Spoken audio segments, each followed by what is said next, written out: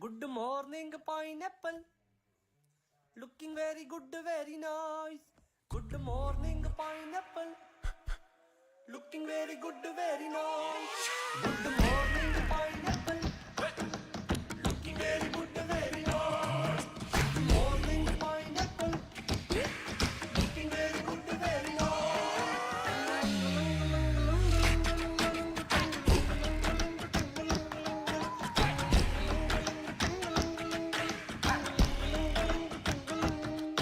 Good morning, pineapple. Looking very good, very nice. Good morning, pineapple. Looking very good, very nice. Good morning, pineapple. Looking very good, very nice. Good morning, pineapple. Looking very good, very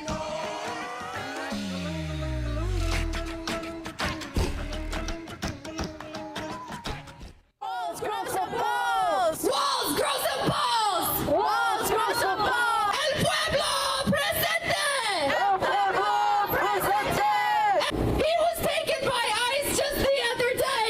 Somebody say shame! Shame! They murder when they ignore calls from people who really need them and when they assist ICE. So to Jacob Fry, we say fuck you! You are not doing enough! We're All right, that's enough. Good morning, pineapples. We got to give these liberal white women something to do with their lives. Good morning, Rise and Freedom. I'm Austin Peterson. You're watching and listening to the Wake Up America show. It's Monday. Womp womp. It's 7:02 a.m. Central Time. Good morning, ladies and gentlemen, patriots, rebels, free men, and free women, and everybody else who woke up today and realized the world is getting crazier. But at least we're going to understand it, right? This is the Wake Up America show.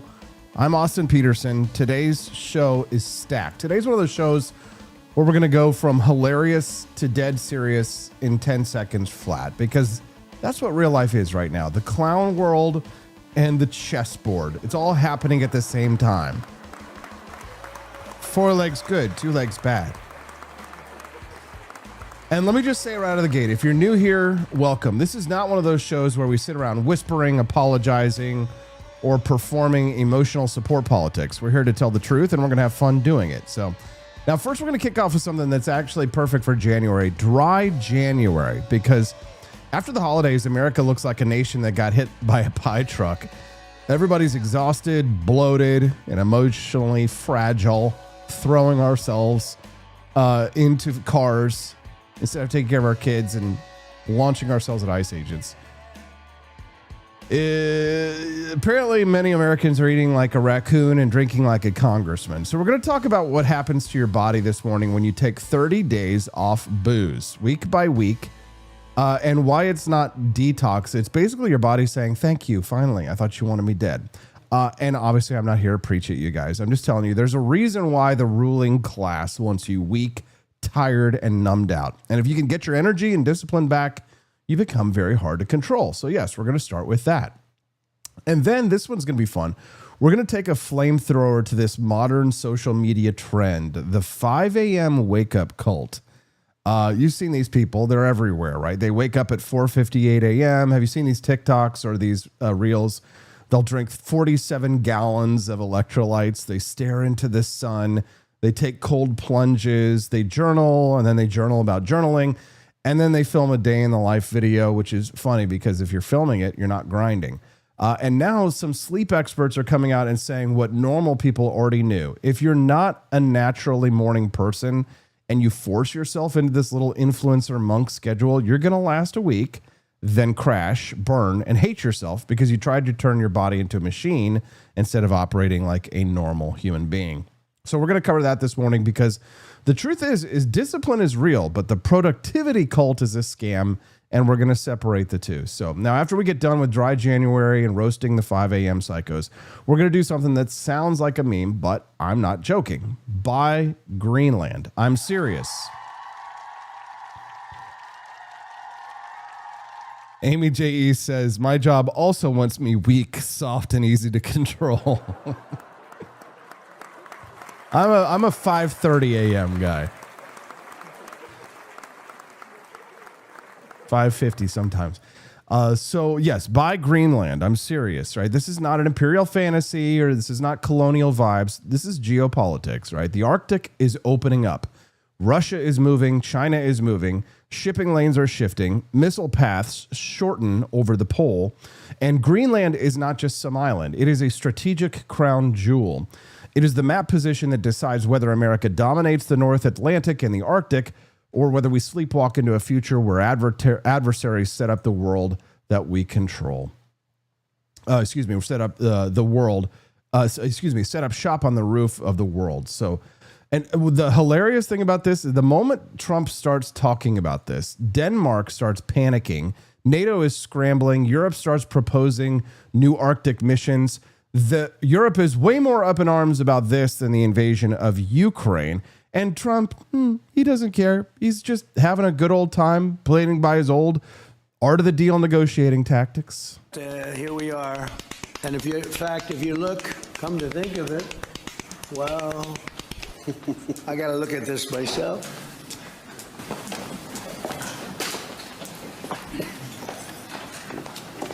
Wow.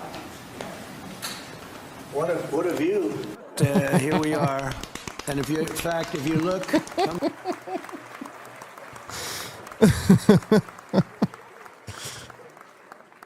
Today I'm going to lay out the libertarian nationalist case cleanly, logically, in a way that makes people say, wait a second, Austin is right. Of course I'm right.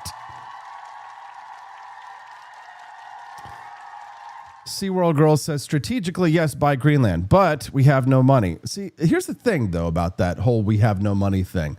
We do have money. We have the reserve currency of the world, and everybody has to take the dollar. So if we can just print pieces of paper and get land for it,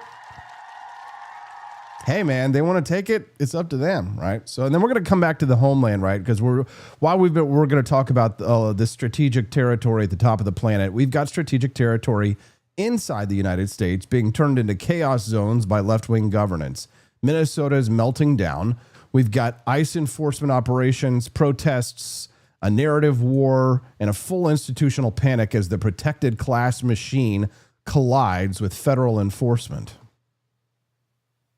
Mommy, please don't go. Stay home with me and watch a movie. Sorry, sweetie, but I prefer being an activist than a mother. Very sad. Now, I want to say this very clearly. This is the inevitable end stage of sanctuary governance, where the political class treats law enforcement like the enemy and treats activists like saints, and then acts shocked when the street turns into a war zone. We're going to have John Miltimore this morning. He's a Minnesota native and writer for the American Institute for Economic Research. John knows the state, the politics, the culture, and the machine from the inside. So we're going to get the real story on what's happening, why it's happening, and what it means for the rest of the country. So grab your Founding Flavors coffee. Guys, we've got Dry January, why quitting booze for 30 days changes everything, the 5 a.m. wake-up cult and why it's productivity communism, buy Greenland and why it's the smartest strategic move America could make, and Minnesota's ICE confrontation with John Miltimore. So grab your coffee, and let's get into it.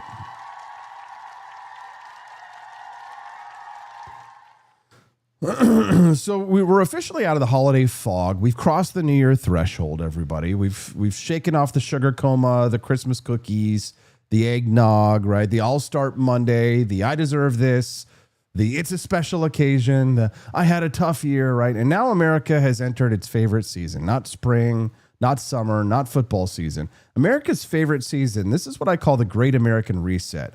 It's that magical time when people wake up in January and suddenly develop a religious devotion to self-improvement. Has anybody been to the gym in the last week? It's getting a little tight in there at the YMCA. Suddenly, everybody's got a new identity. Everybody's a new person. Everybody's an elite operator. Everybody's a Navy SEAL in sweatpants. And we start doing these rituals that we think will purify us from the sins of December. Now, guys, don't get me wrong. I love self-improvement. I do. I'm always constantly looking for ways to improve. But America doesn't do self-improvement in a sane way, right? America does self-improvement the way we do everything. Dramatic, performative, Ridiculous. And usually with a social media audience because we're recording ourselves at the gym. And the two biggest New Year's trends are colliding right now in the funniest way possible. Trend 1, dry January. Trend 2, the 5 a.m. wake up routine. And I've got news for you. One of these might actually help you, and the other one is basically a scam for masochists. So let's talk about this. Dry January. So let's start with dry January. Have you heard of dry January, guys? You've heard it. You've seen it. People announce it like they're running for office. Hey, everyone, I'm doing dry January.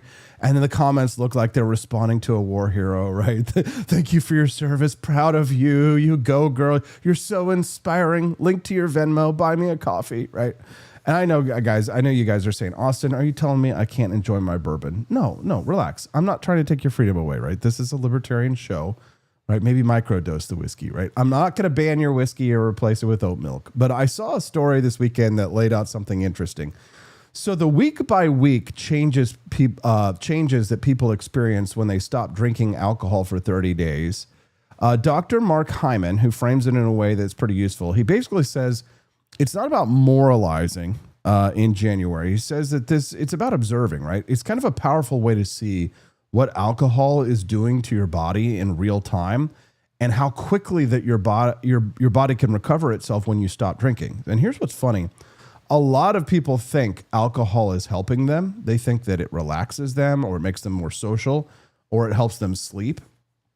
But what it really does is it taxes your system across the board. It hits your brain, it hits your judgment, your hormones, your liver, and it doesn't help your sleep quality, right? And it's amazing how many people don't realize this until they cut it out for a couple weeks and go, wait a minute, I feel like a superhero here, right? Because for once, you're not operating with the handbrake on, right? Now, in this story that I was reading this weekend, they break it down by weeks, right? Week 1, when you stop drinking alcohol, your body starts to reset. Blood sugar stabilizes, stress hormones level out, your liver starts clearing the backlog, you rehydrate, and you re-energize. So week 2, without alcohol, your brain and gut start rebalancing, dopamine and serotonin stabilize, inflammation drops, cravings for alcohol start easing, mental clarity returns.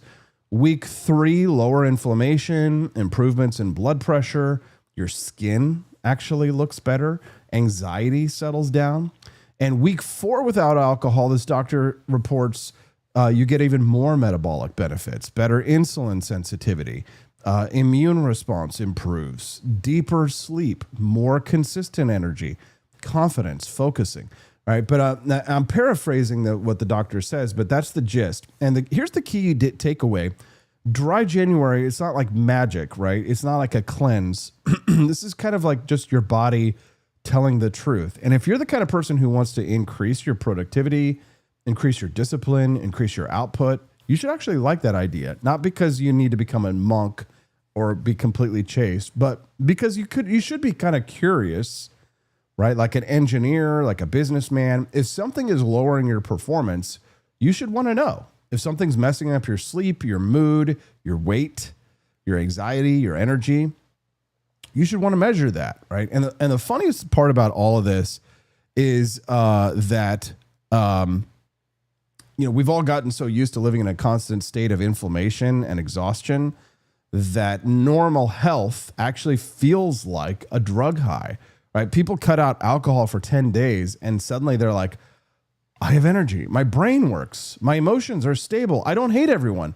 Yes, that's called being healthy. Congratulations, right? That's the default setting that you forgot existed. So I'll say this, dry January, it's not the dumbest thing in the world, right? If you treat it as a test, like as feedback or as maybe a challenge in personal sovereignty, right? Because, this is what you want, right? Then you have to be able to govern yourself, right? If you can't govern yourself, don't be shocked when the government tries to govern you. So, and now we've arrived at trend 2, right? The 5 a.m. wake up scam. This was another great article, especially for us early risers, natural early risers. So the 5 a.m. wake up crowd is like a cult. Have you seen some of these influencers, the 5 a.m. wake up influencers, right? They wake up at 4:57 a.m. They're showing you their TikToks, right? They slam their alarm clock like they're defusing a bomb, right? And then they take a cold shower like they're being punished in a medieval dungeon. And then they journal, and then they meditate, and then they read 100 pages, and then they run 12 miles, and then they lift weights, and then they drink a smoothie with chia seeds and the tears of their enemies. And then they post it on Instagram with dramatic music like it's the Normandy invasion. And the caption is always something insane and rude, like, while you were sleeping, I was building, right? I was building. No, you weren't. You were tired and angry, and your wife hates you.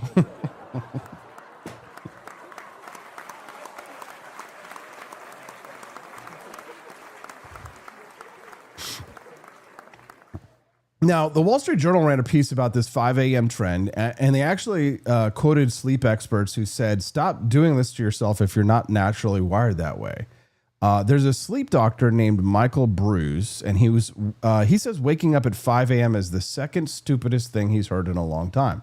And he says the first stupidest thing is taping your mouth shut at night. Have you heard that? Have you seen this? People are doing this, taping their mouth shut at night as a way to like curb snoring.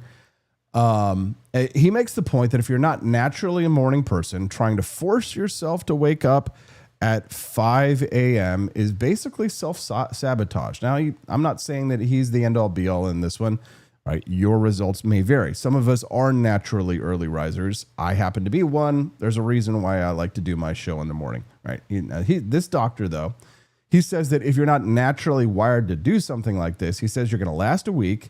You're going to become self-defeated and depressed.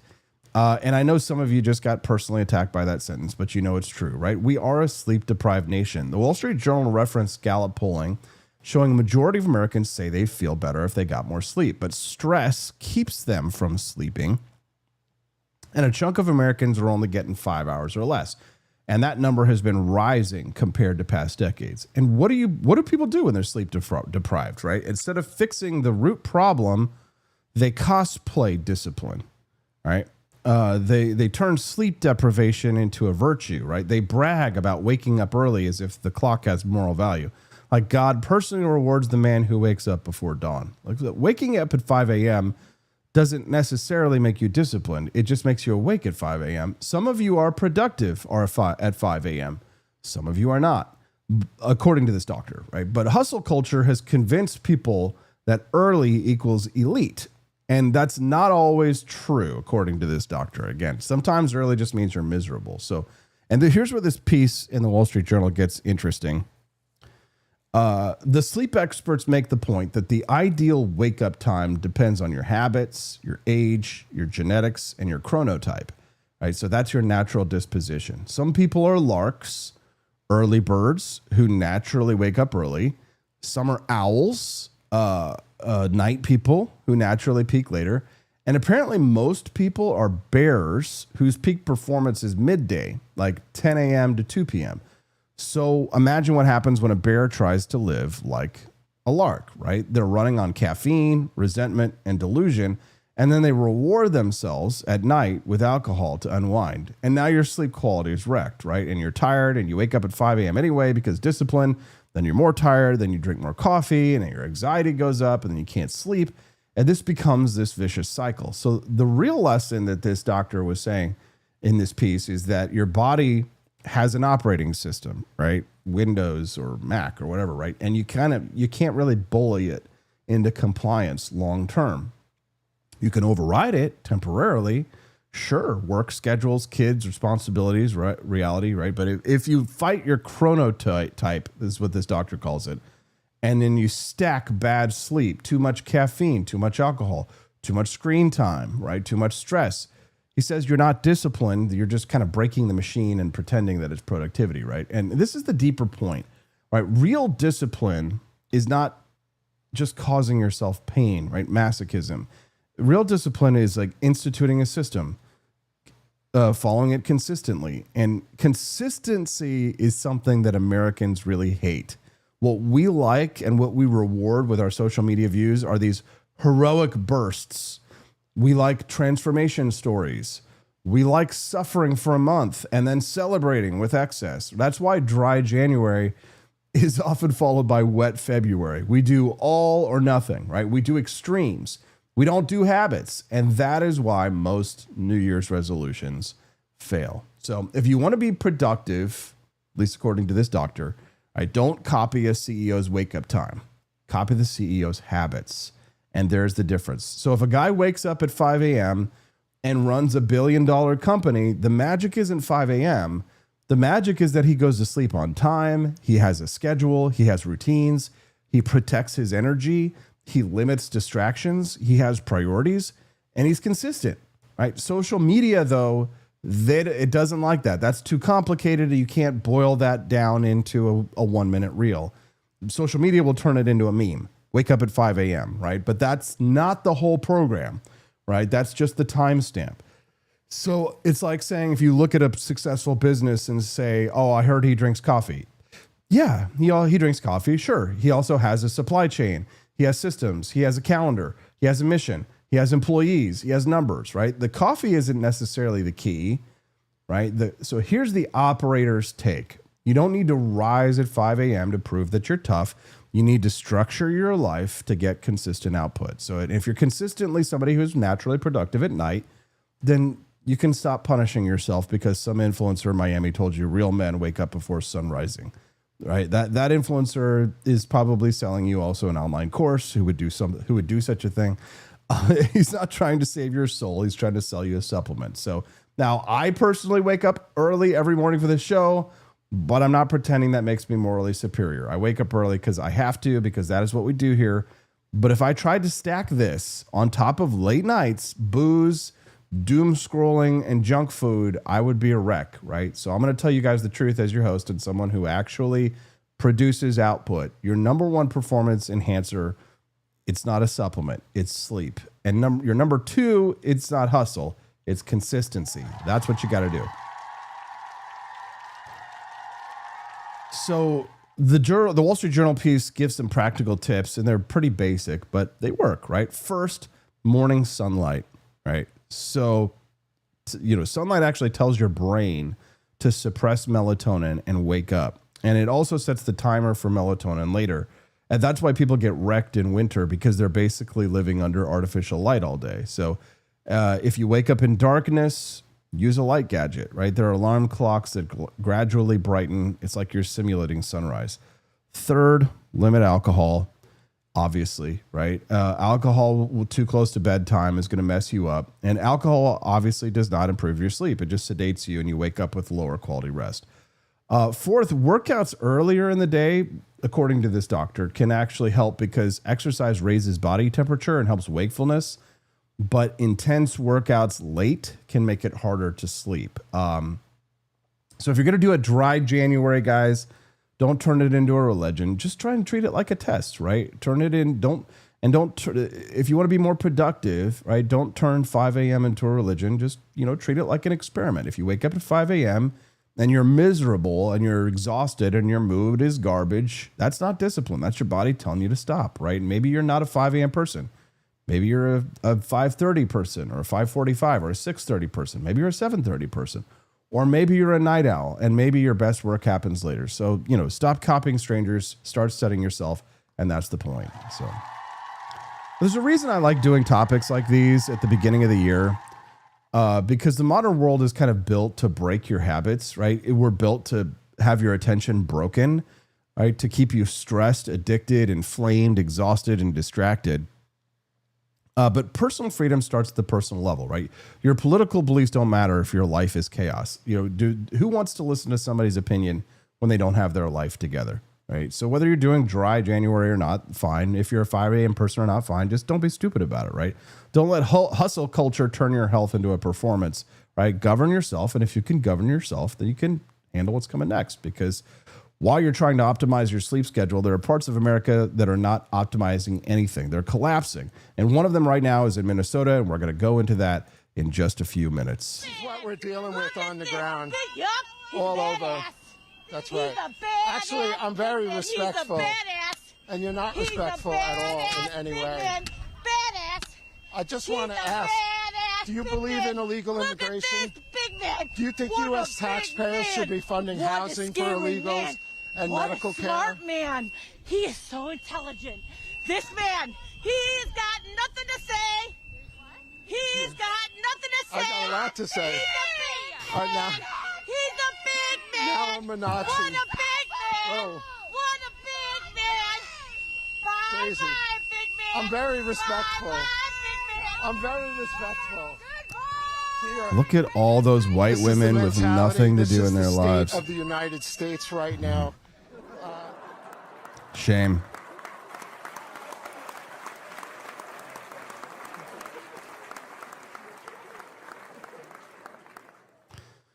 If you're just tuning into the Wake Up America show, good morning. I'm your host, Austin Peterson. We're glad and thankful to have you here. Please click the like button. If today's your first time watching the Wake Up America show, click the follow button as well. We'd love to have you be a regular guest of the Wake Up America show.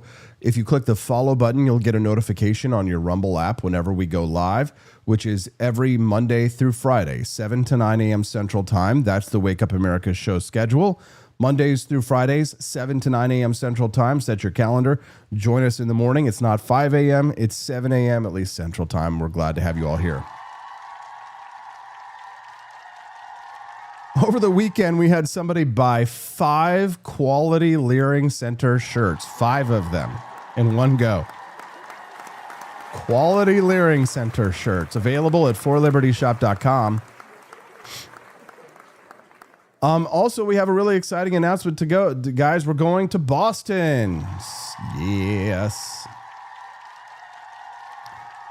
Join us in Boston. Me, Stephanie, and Justin will be leading a Peterson's Patriots Boston 250th anniversary tour. We're going to be celebrating the 250th anniversary of the United States right in the cradle of the revolution, May 1st and 2nd of 2026. Make sure that you get your tickets as soon as you can, guys, because there is a cutoff date for the tickets because we're going to be doing a tour of Boston Harbor where they threw the tea in the harbor. We're going to go to the Boston Tea Party Museum. We're going to take a sunset cruise in Boston Harbor. So get your tickets today. We have really good discounts for members and people who, if you buy more than one ticket, head on over to forlibertyshop.com this morning and get your tickets as soon as you can so we can book our sunset cruise. We're going to have special dinner packages. We're going to have gift packages and merch packages for people who participate. If you want to hang out with me and Justin and Stephanie in Boston, May 1st and 2nd, then head over to forlibertyshop.com and join us in Boston. Quest has already got his tickets. If we sell just one ticket during the live stream this morning, that will unlock all 3 phases of our bonus content. Austin, what is the bonus content? Well, I'm glad you asked, new viewer and new listener. So during our live show, we have bonus content available for you to unlock. It's kind of like a fun little gift package where if we raise a certain amount of money during the live show, that will unlock the bonus content. Phase 1 is we raise $100. That unlocks our mini documentary that we've produced. And you get to watch the mini documentary instead of commercials when I go to get John Miltimore on the show here in about 30 minutes from now. Phase 2, we play a game show called Liberty Loot Live, The Great Grift Off, and we play for real prizes. And sometimes the prizes are really amazing, including things like AK-47s and Tommy guns, although we ran out of Tommy guns. And if we raise $200 on the Wake Up America show this morning, then you get a little fun game of show and tell as well. So Captain Ty Pants is asking about Argentina. Yeah, we're still in the planning phases for Argentina, but there's a lot of challenges when you take a group of people on international travel, including ensuring their safety and their security. So, and there's a lot of economics that go into these things, right? So we have to have like security. So how much do we charge? And then once you introduce like security, then that like makes the things prohibitively expensive. So these trips are, they're really challenging to plan. We tried to like hire an outside person, but they were like, they suddenly inflated the cost far beyond what I thought people would be willing to pay. So we thought, let's do a 250th anniversary tour to Boston this spring. And so that's what we're going to do. So join us in Boston, May 1st and 2nd. Head on over to forlibertyshop.com, scroll down on the front page, and grab yourself a ticket or a pair of tickets. If you buy more than one ticket, then the discounts add up. They're automatic in your cart. So head over to forlibertyshop.com this morning and get yourself some tickets.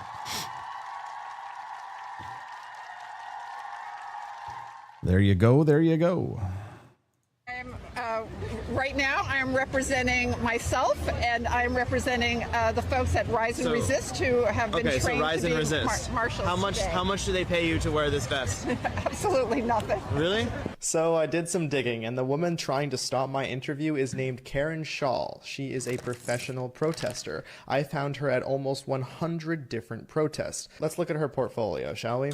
Here's her outside Trump Tower saying TikTok time's up. Here's her saying ban guns, not drag.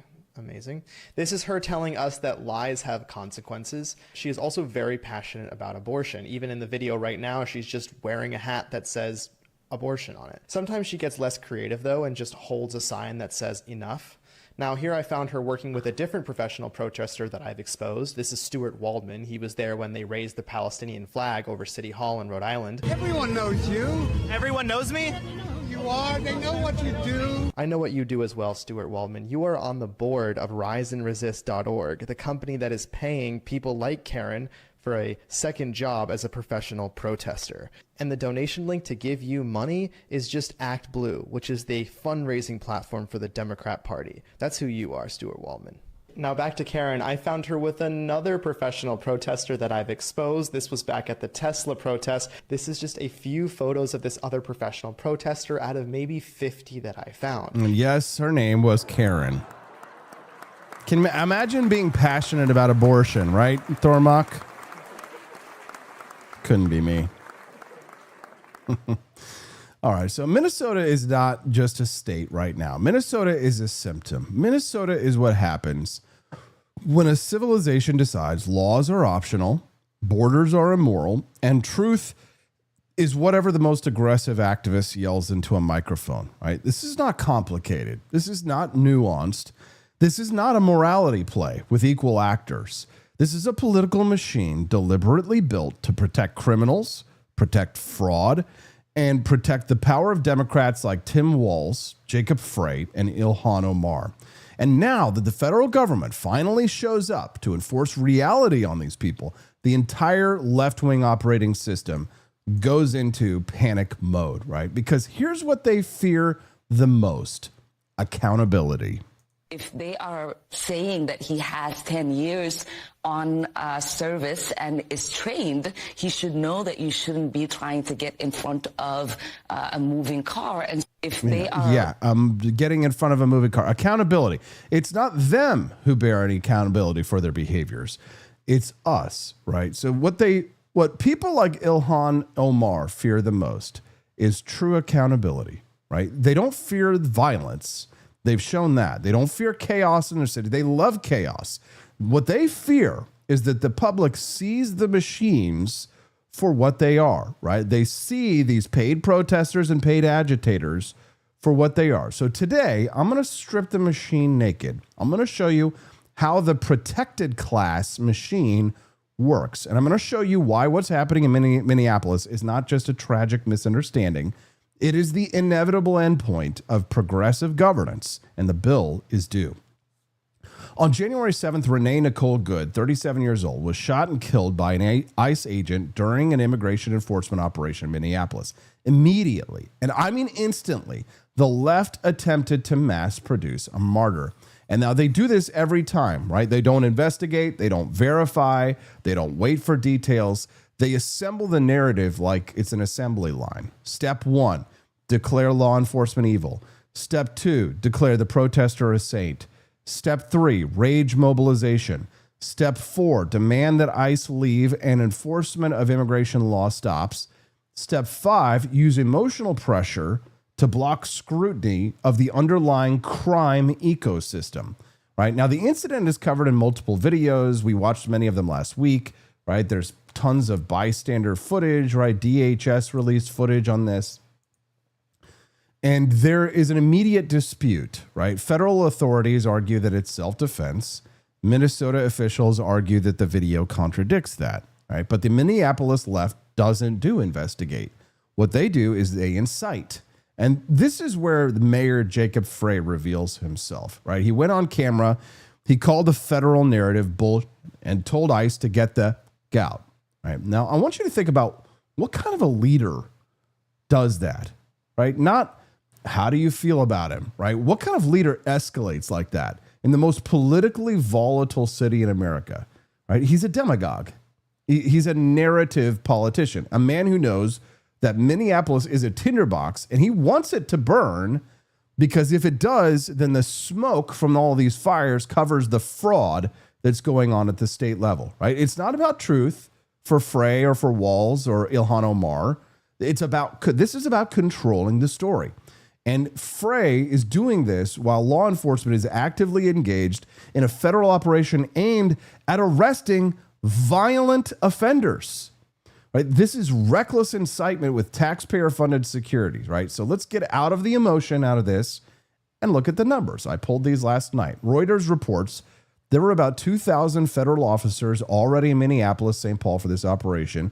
The DHS Secretary, Kristi Noem, announced hundreds more being sent Sunday and today, and they described this as DHS's largest ever operation. Now, here's a question that I think this destroys the entire progressive narrative, right? Why does a modern American city require the largest federal immigration enforcement ever in Minnesota history? Why? Is it because Minneapolis is just so well run? Is it because sanctuary cities are working beautifully? Is it because diversity is our strength, has finally created peace and harmony? Or no, it's because the progressive model creates predator magnets. It creates loopholes. It creates taboos. It creates protection rackets. And the only way to clean this up is outside intervention. In other words, the locals failed catastrophically, and now it's time for the proper and legitimate role of the federal government to intervene. And this is where the left gets exposed as morally bankrupt, because ICE and DHS are not claiming they're arresting innocent daycare dads, right? ICE is publicly emphasizing that arrests include offenders convicted of severe violent crimes, okay? Violent crime, including homicide and child sexual assault crimes. And the New York Post reported that ICE is highlighting some of these arrests of convicted killers. Some of these are violent child rapists, including a list of individuals and crimes that they're dropping attributed to ICE statements. Now, again, you always attribute it properly, right? ICE says, right? The same politicians demanding ICE leave are effectively demanding that violent criminals and pedophiles stay, right? They're degenerates, right? They're ideologically sick. Now, Reuters reported this morning that over 1,000 rallies are being planned nationwide. So understand what's happening. The left isn't protesting for mercy, right? They're protesting to protect the violent criminal pedophile pipeline. Here's the model. This is the protected class machine, right? It operates like a mafia, but with DEI language and government grants. Step one, define certain groups as permanently oppressed, like the Somali community of Minnesota. Step two, declare scrutiny racist. That's how they were able to get away with all of this fraud, waste, and abuse in Minneapolis for so long, because anybody who started to scrutinize the spending on these quality learning centers was declared a racist. Step three, funnel the money that you get to non-government organizations, quote, community leaders, consultants, translators who can't even speak more than one language, and quote, nonprofit administrators. Step four, outsource government functions, proper government functions to activists. And then step five, punish anyone who notices patterns. And then step six, normalize fraud as quote, community support. Step seven, when enforcement arrives and accountability arrives, scream fascism. And Minnesota is kind of perfect for this because they have already been humiliated by massive fraud scandals tied to public programs like Feeding Our Future. That one is the most famous. But that scandal was not a one-off. Right? It was a preview. Yeah, that was the warning flare that they sent off. Right? It was the system revealing itself under pressure. And instead of dismantling this system, once it came along, the political class in Minneapolis defended it. And they continued pushing the same narrative. Ilhan Omar has doubled down publicly on her posture around this environment that is tied to these controversies. And any scrutiny, she frames it as a political attack. because that's what she exists to do. Ilhan Omar is there to protect the machine. Right? So, and let's talk about the emotional core. Renee Good died. Okay. Here's what I want my audience to understand. The machine did not love her. The machine used her. It used her like a pawn. It used her like a prop. It used her like kindling. Because in progressive politics, a dead supporter is politically useful. It's a sad thing, but it's true. A dead supporter becomes what they call narrative capital. A dead supporter becomes leverage, like George Floyd, right? A dead supporter becomes the excuse to shut down enforcement and tighten the machine's grip. And the reporting includes claims about organized watch tactics and training environments meant to observe or disrupt enforcement activity. Now, here's the brutal truth about this. When you normalize interference with armed federal agents, you are manufacturing tragedy. Right? You are creating an inevitable collision course where people like Renee Good will be crunched up in the gears. Right? This is the inevitable result of the narrative policing that's going on. Right? Jacob Frey, Tim Walz, and the whole activist apparatus in Minnesota, they created this collision course. And then they want to blame the laws of physics when the crash happens. No, you built the road, you set the speed, and then you cut the brakes on the vehicle.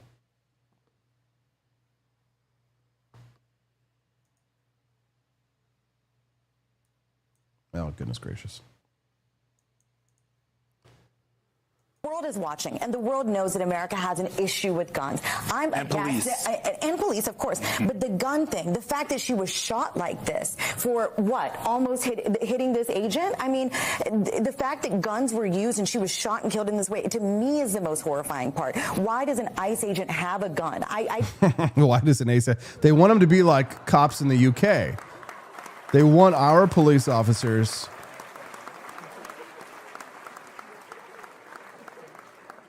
They want our police officers to operate like the UK and to allow violent pedophile criminal gangs to roam the streets of Minneapolis, St. Paul, the way that they do in places like London and Edinburgh and Worcestershire. All that. This is what they want, right? And this is where it gets even more sinister, because Minnesota's BCA publicly signaled it's open to a full investigation if the FBI will resume joint work and share evidence, meaning that the state is effectively saying we don't have access to the criminal records of all these people.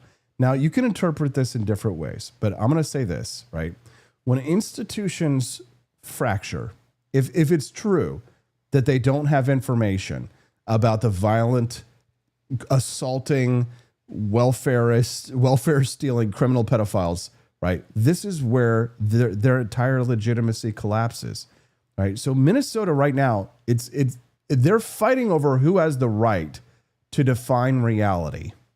This is how societies fall apart, right? Tim Walz represents the smiling face of progressive decay, right? He presides over a system where the law is optional for the politically protected, right? Where the taxpayer is just a resource to be extracted, where the NGO complex is fed like a royal court, like the Karen from before, right? They are just pawns in a machine, right? And when the federal government steps in to remove predators, Walz calls it reckless, right? Why? Because Walz is not defending Minnesotans. He is defending the leftist regime, right? And they will sacrifice the safety of all of their people to serve narratives. They will gladly sacrifice their safety to preserve power. They will gladly sacrifice lives to preserve that machine. And if you don't believe that, here are the facts. The enforcement operation escalates. The violent offenders list comes out. We're seeing now a list of hundreds of violent criminals, people who, by even the most anarchist definition of libertarianism, are clearly violating the NAP in Minnesota, and yet they continue to defend them, right? And the Democrats, of course, their response to these violent criminals being arrested is not relief; they're furious, right? And Ilhan Omar, let's get to her now. All right, she is not a policymaker. All right, she is a priestess. All right, this is a religion. And if you think that I'm wrong, here's a ritual that they're over that woman.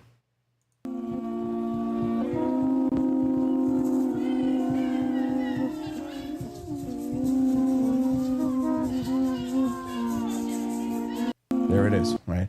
Ilhan Omar is not a policymaker, right? She is a priestess in a religion. She's a priestess of the grievance economy. Her job is to take demographic politics, to use race and ethnicity as a weapon and transform it into transform her demographic politics into moral blackmail, right? If anybody investigates the fraud going on in the Somali community, well, then they must be racist, right? The moral blackmail comes out. And once it's established, right, the fraud that's going on in these communities is untouchable. Now, enforcement is impossible because if you enforce the law, you're a racist, right? And anybody who resists is a villain. And so that is the role she plays. She is the high priestess of this woke religion. And she's not there to solve problems. She's there to make problems. She's there to defend the machine that manufactures political loyalty by distributing protected status to certain groups. So here's the moral indictment in all of this. If ICE is arresting convicted killers and violent child rapists and local leaders demand ICE leave, then what are those leaders effectively doing? Right? They're protecting monsters. They are literally protecting predators. They're protecting the pipeline that brings chaos into our communities and then harvests political power from this chaos. Now, Minneapolis is the case study, right? This is the progressive model, and they want to export this to every city in every state in America, right? This is the progressive model.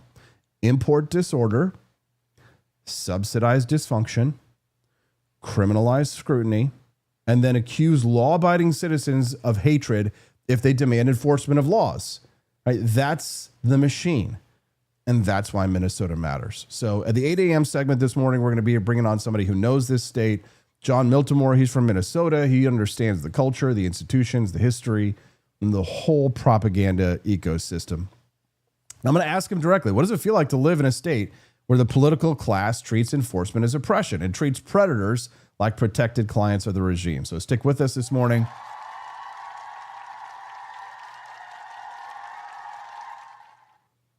We're going to be talking to John Miltimore here in about 10 minutes. So this is not just a local controversy, right? This is a full-scale collision between two competing visions of civilization. On one side, you have competing visions of civilization. On one side, you have federal immigration enforcement moving into Minneapolis, is what DHS has described as the largest operation of its kind. 2,000 federal officers already in the area, more resources are being surged in. And the focus is, it's not just paperwork, right? They're actually focused on removing what they are publicly calling the worst of the worst. Violent offenders with histories of homicide and serious sexual crimes. Serious sexual violent criminals, right? The type of people that if left to their own devices would form violent rape gangs like they do in the UK. Right? And instead of local leadership on these issues, right? Minnesota's ruling class is treating like the problem is the enforcement, right? The problem is the enforcement. It's just mind-boggling how the left falls all over themselves to protect violent criminals, to protect violent sexual criminals. They will do anything they can to try and stop enforcement of our laws. Good morning, Pineapples. I'm Austin Peterson. Nice to see over 103 of you watching over on the Wake Up America show. Liberty Tonight says progressive model is the Aztecs of 1400. Good point.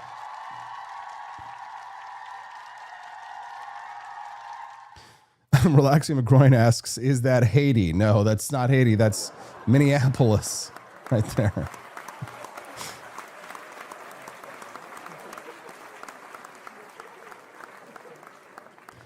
We're going to talk to John Miltimore here in about 10 minutes. We've raised $7 towards the bonus content this morning. If you guys would like to see our bonus content, please make a Rumble Rant contribution. Head over to forlibertyshop.com this morning. If you're not stocked up on Founding Flavors coffee, today's the day.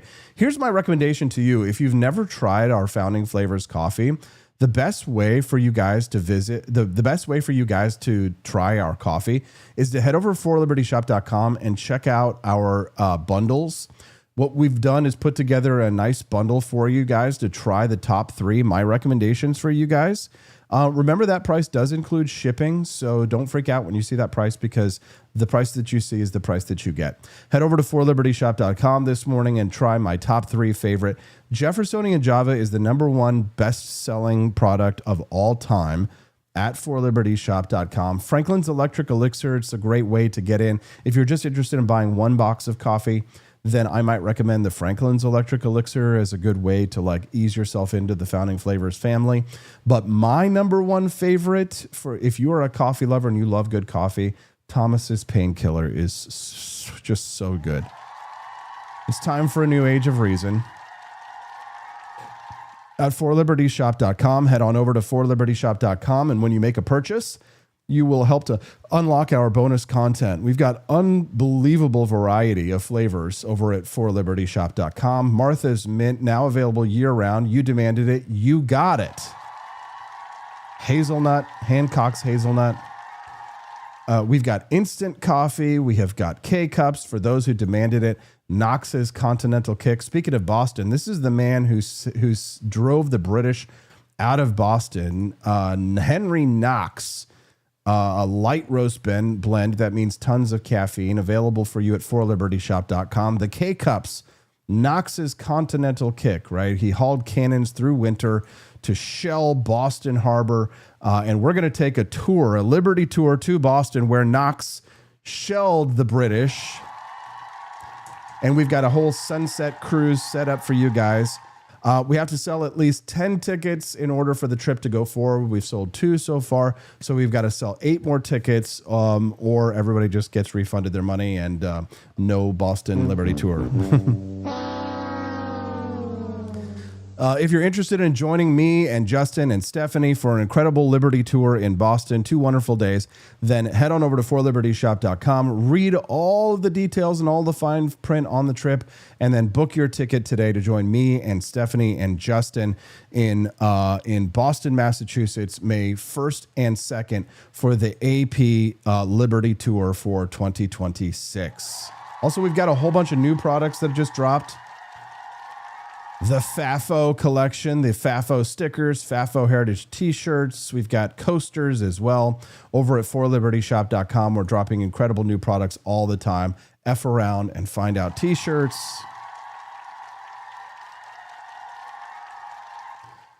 Make sure that you click on those links over there in the chat that BB for Liberty is dropping and help us to unlock that bonus content this morning. We've raised $7, so we are on our way, but we're not well on our way. Hopefully we'll be well on our way by the time we finish this commercial break. Head on over to forlibertyshop.com this morning, guys, and get yourself some Founding Flavors coffee and some FAFO t-shirts, and get yourself a trip to join me and Justin and Stephanie in Boston. And we'll see you guys with John Miltimore when we get back. It's the Wake Up America show on the 4 Liberty Network.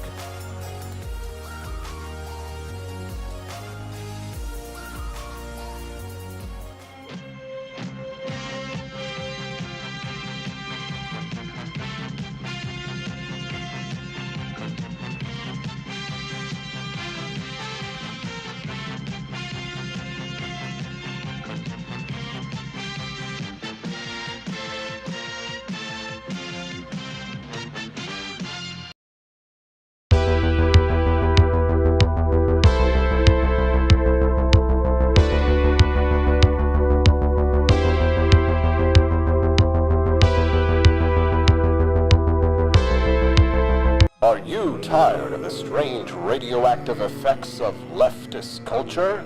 Do you ever wonder what happened to good old-fashioned American values? Well, fear no more, because there's a new force fighting back against the cultural rot of today. Introducing Culturama, a right-of-center talk show that's taking back the future today. Hosted by none other than blonde bombshell herself, Daniela Pensack. She's not just talking, she's taking culture back. With sharp takes, brilliant guests, and a few surprises along the way. Tune in to the live video podcast twice a week, because the future doesn't have to be weird. It can be Culturama. If there wasn't going to be somebody who was a fiery champion of liberty, somebody who would get out there and who would be aggressive, and if they wouldn't do it with more fire or passion than I had, then I would go and I would fight this battle for us. I've fought for the principles that we all share. Parties tend to be secondary to me. We're here because we believe in the principles of liberty. I am not a perfect messenger, but I think I'm a damn good one. This is a replica of our first president's flintlock pistol. You have my full support, my respect, and my gun.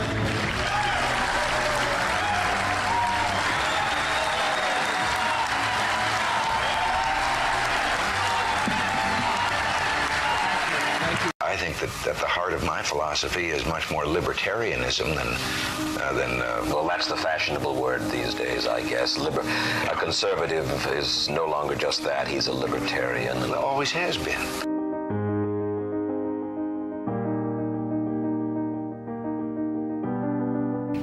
Yet any time you and I question the schemes of the do-gooders, we're denounced as being against their humanitarian goals. They say we're always against things, we're never for anything.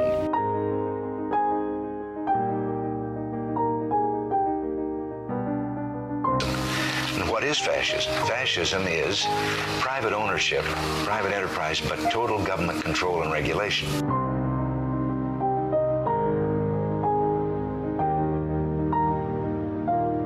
Well, the trouble with our liberal friends is not that they're ignorant. It's just that they know so much that isn't so.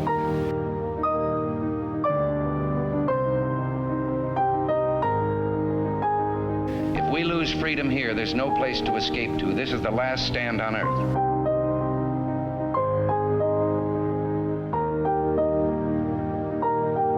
This is the issue of this election.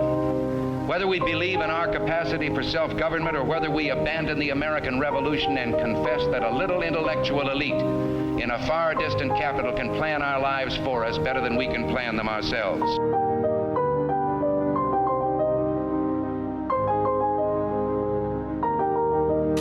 Conservative, so-called, is the one that says less government, get off my back, get out of my pocket, and let me have more control of my own destiny.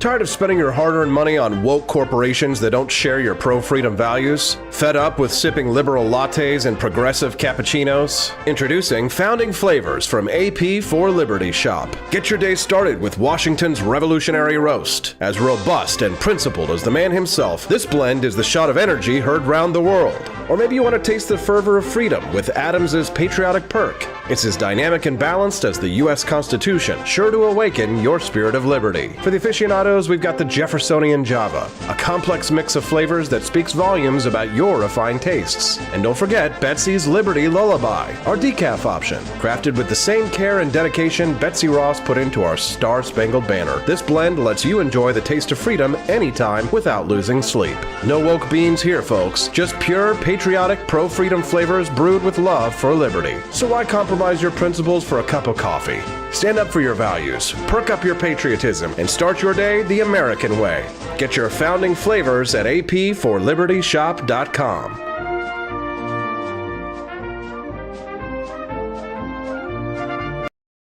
Were you exposed to hazardous materials while serving in the military? If there wasn't going to be somebody who was...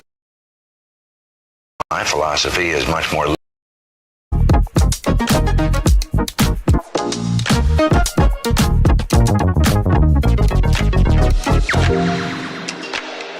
What would happen if I had to pick up the phone, call 911 for one of my family members or one of my neighbors? What would I do if no one was on the other end to respond? What if there was no 911? You can be a part of the solution. Anybody can be a firefighter. Male, female, younger, older. We have school teachers. We have leaders in business. Is me, you, anyone that wants to be. There is no typical firefighter. Do you hate the deep state? Do you reject the Antichrist in all his ways? Do you believe that aliens controlled LBJ to assassinate John F. Kennedy? Did you know that the shot can put chemicals in you that will make you more sensitive to 5G? Do you love America? Do you want more freedom? Do you like smoking hot red? When the Founding Fathers dreamed of liberty, they forgot one thing: coffee. Introducing Founding Flavors Coffee, the brew that built America, and the brew that's fueling a new revolution, one kitchen at a time. Small batch roasted, Patriot approved, and disappearing faster than a red coat at Yorktown. Don't get left behind, soldier. Real patriots are starting their mornings with Welcome back to the Wake Up America show. I'm your host, Austin Peterson. We're glad and thankful to have you here. Today is Monday, January the 12th. It's 8:01 a.m. And since we didn't get our Monday with Miltimore last week, we're going to have an extra helping of Miltimore today. Welcome to the Wake Up America show. John Miltimore from the American Institute of Economic Research in the state of Minnesota. State of anarchy, chaos, panic, and ice. Watch out for ice, John. Hey, John, if a federal agent was standing in front of your vehicle and they gave you an order and told you to get out of the vehicle, would you A, stop your car and put it in park and put your hands up? Or would you B, drive, baby, drive as fast as you can? You know, I'm going to go with A on that one. And really, you know, like a lot of this is stuff, you look at what's happening here, and this is happening not very far from where I live, and I have 3 small children and a wife. You know, what we have are agitators that are being trained and many times compensated to cause these situations that we're seeing. And, you know, everybody has an opinion on that video. You know, we've all watched it. We've watched it from different angles. We've watched it at different speeds. My personal opinion is I don't think the officer had to fire, but I think this will go down as a defensible shooting. And why? It's a tragedy. If you think it'll go down as a defensible shooting, then why did the officer have to fire? Or why do you think the officer didn't have to fire, but it was defensible shooting? Yeah. No, I don't think the officer's life was at stake. I think he made a snap judgment because he was frightened. You put human beings in these situations, they're going to act like human beings. He's trying to get out of the way. He has his firearm. He fired. I think in hindsight, if you ask the officer, he probably wishes he hadn't. You know, I don't know that. I'm speculating. But I think a lot of people will say, well, he didn't have to do that. And it won't matter. I think, you know, when you have people that are using motor vehicles, those are weapons, and those can kill people as well. And, you know, it shows when you create situations with law enforcement officials and you're not behaving, you're not, you know, listening to their directions, you're beeping horns, you're screaming at them, you're doing all these things. You create these very tense situations where in the blink of an eye, lives change. Yeah, it's obviously a tragedy. We wish that it didn't have to happen. But the reason why ICE is there is because for the last couple of months, the entire country has been subjected to nonstop barrages of news because of the massive amount of fraud that's going on in your state. The Somali community is rife with waste, fraud, and abuse on the taxpayer dime.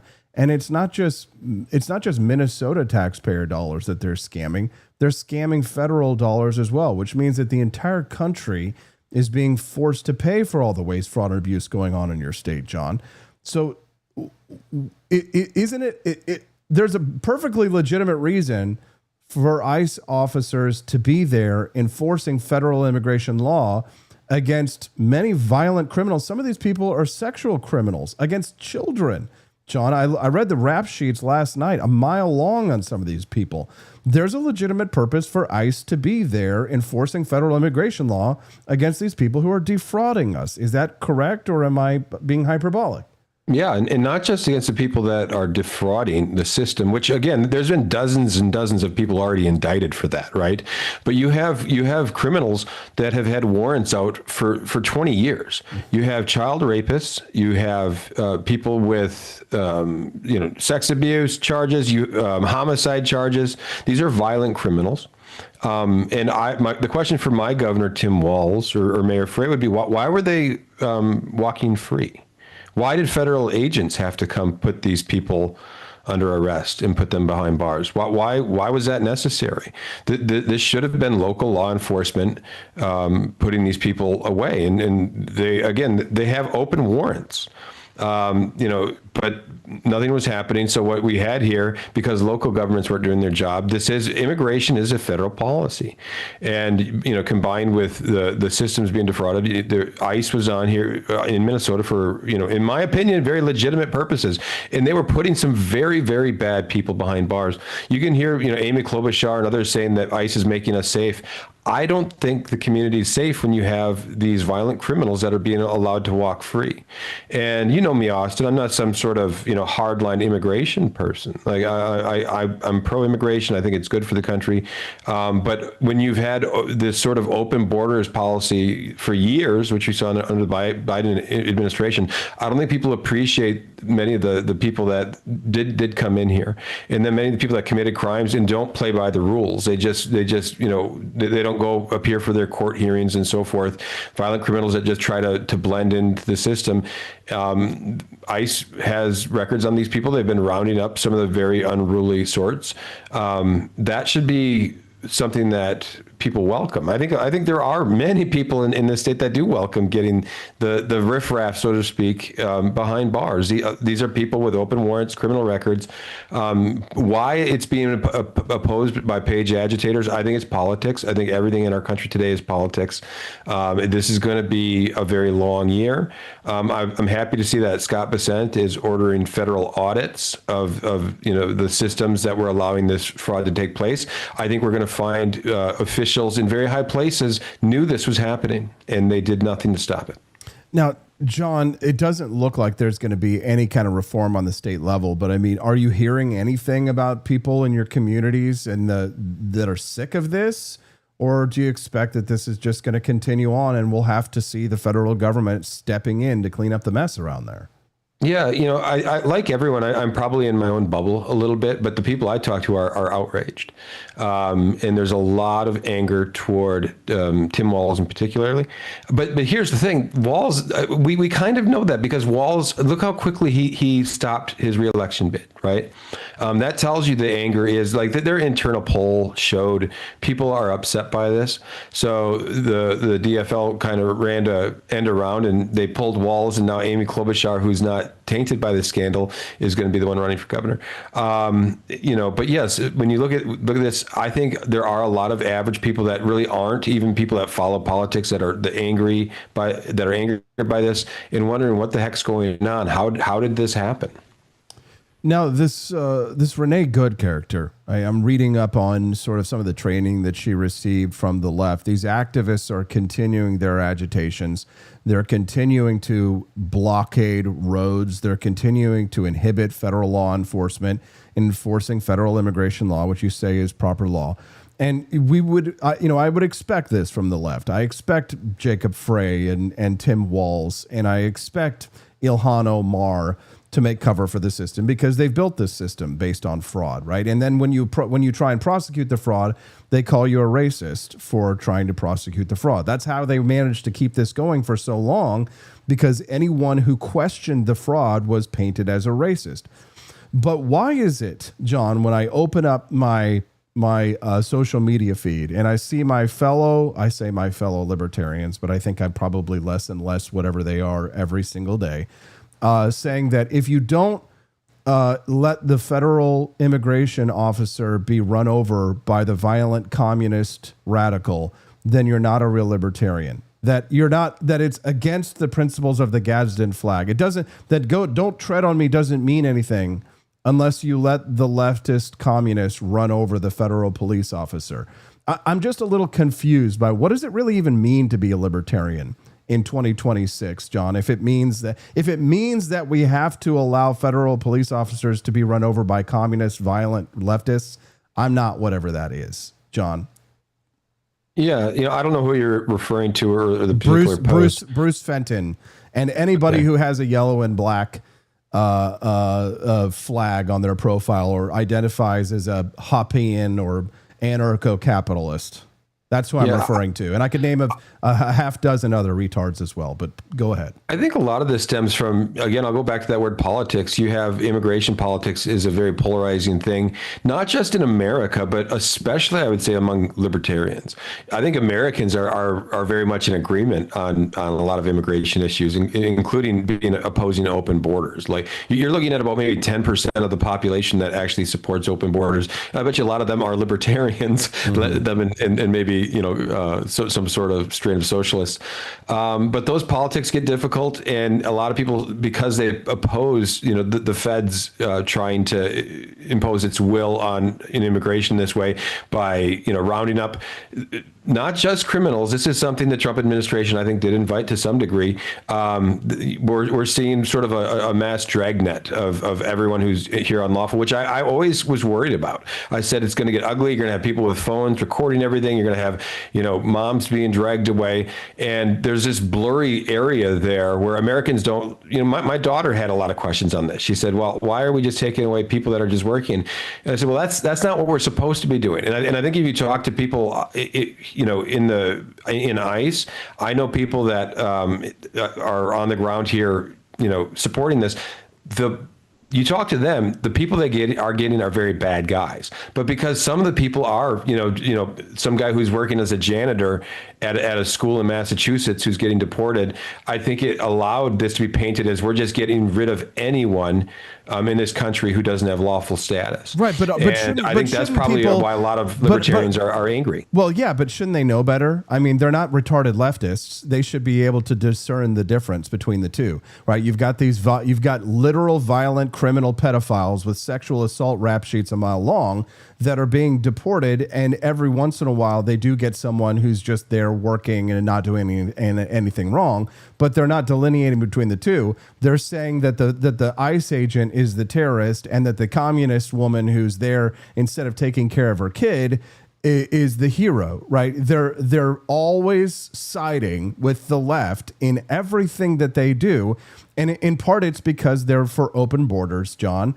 And I know that you're not for open borders, but many, left libertarians or Cato or Reason types absolutely are.